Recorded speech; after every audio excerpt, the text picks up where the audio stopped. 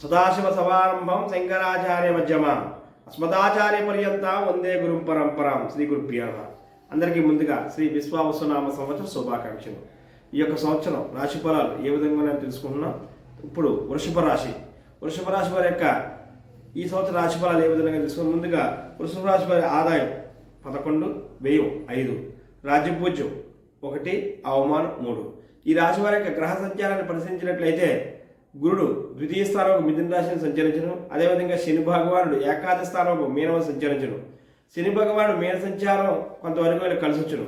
గురుడు యొక్క అతిచార స్థితి వల్ల అనుకోకుండా ఆకస్మికంగా కొన్ని ఆర్థిక ఇబ్బందులు కలిగే అవకాశాలు కూడా కనిపిస్తున్నాయి. అయితే వీరికి ఈ యొక్క సంవత్సరం ద్వితీయార్థంలో బాగా కలిసి వచ్చినట్టుగా మనకు కనిపిస్తుంది. మరియు బంధు సోదర మిత్ర సహకారంతో వీరికి ధన సహాయం అందే అవకాశాలు కూడా కనిపిస్తున్నాయి. వ్యవసాయదారులకు వచ్చేటికి 2 పంటలు కూడా బాగుంటాయి. 2వ పంట కొంచెం అధికంగా ఆదాయం వచ్చే అవకాశాలు మనకు కనిపిస్తున్నాయి. ఇక వ్యాపారస్తులకు వచ్చేటికి మధ్యమంగా ఉంటాయి. వ్యాపారం నష్టం అనేది రాదు, కానీ సామాన్యంగా వ్యాపారం నడిచే అవకాశాలు మనకు కనిపిస్తున్నాయి. వీరు తీర్థయాత్రలు చేస్తారు. పిల్లల ఆరోగ్య విషయాల్లో కొంచెం జాగ్రత్త వహించాల్సిన అవసరం ఉంటుంది. ముఖ్యంగా భార్యాభర్తల విషయాల గురించి కొంచెం జాగ్రత్త వహించవలసిన అవసరం ఉంది.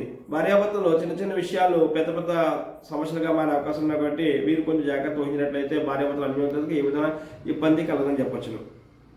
విద్యార్థులు తాము అనుకున్న ఫలితాల సాధనకు కొంచెం ఎక్కువ కృషి చేయవలసిన అవసరం ఉంది.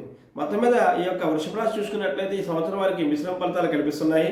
అంటే ద్వితీయార్థంలో కొంచెం మెరుగైన ఫలితాలు పొందే అవకాశం ఉన్నాయి. కాబట్టి ద్వితీయార్థంలో మెరుగైన ఫలితాలు పొందాలని ఖచ్చితంగా చెప్పొచ్చును.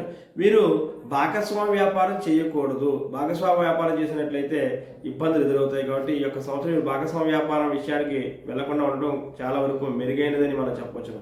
వీరు మరిన్ని మెరుగైన ఫలితాలు పొందడం కోసం అయితే ఈ వృషభ రాశి వారు అమ్మవారిని ఆరాధించవలను. అలాగే ఈశ్వర ఆరాధన చేసినట్లయితే మరిన్ని మెరుగైన ఫలితాలు పొందుతారు. వీరి యొక్క అదృష్ట సంఖ్య వచ్చేటప్పటికి 6.